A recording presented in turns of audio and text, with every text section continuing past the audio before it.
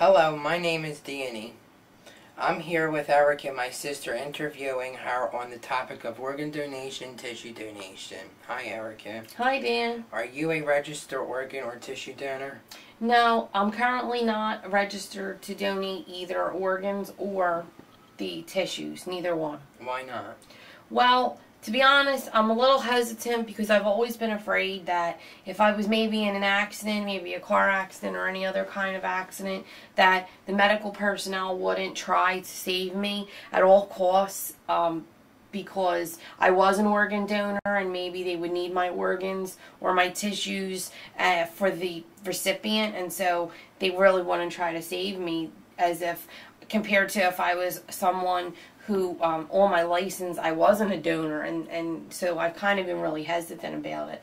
Okay. If you were to become an organ donor, do you think that you could pick and choose which organs or tissues you might want to donate? No, I really, as the person donating, I don't think I would really have the authority to say which tissues or organs would be donatable, which ones would be good for other people to even receive. So probably not. Well, you're right.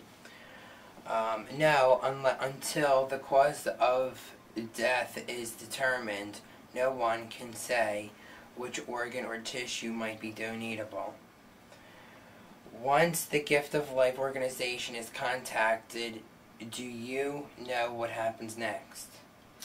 Well, not really. I mean, I would imagine that some type of nurse or coordinator, maybe like a nurse coordinator, would get involved to try and put all the pieces of the puzzle together, but not really. The Gift of Life personnel will speak to the donor's family when the time is right. The person is a candidate to donate their organs or tissues. If the family agrees, the coordinator makes all of the arrangements and makes the donation and transplant happen. Well, that makes sense. If they kind of put everything together. Do you know who gets in touch with the people who need the transplant? Not really. Maybe somebody from like the surgeon's office. The United Network for Organ Sharing, UNOS, located in Richmond, Virginia, is notified. A Gift of Life transplant specialist enters the donor's base medical information and a search begins by organ type for a match. Okay. If a surgeon declines, the next highest patient on the list is considered. Do you know who would be responsible for all of the costs involved? No, not really. I mean, I would imagine that the recipient of either the tissue or the organ would have to pay most of all of the costs that are involved because they're the one that's receiving the organ. Right.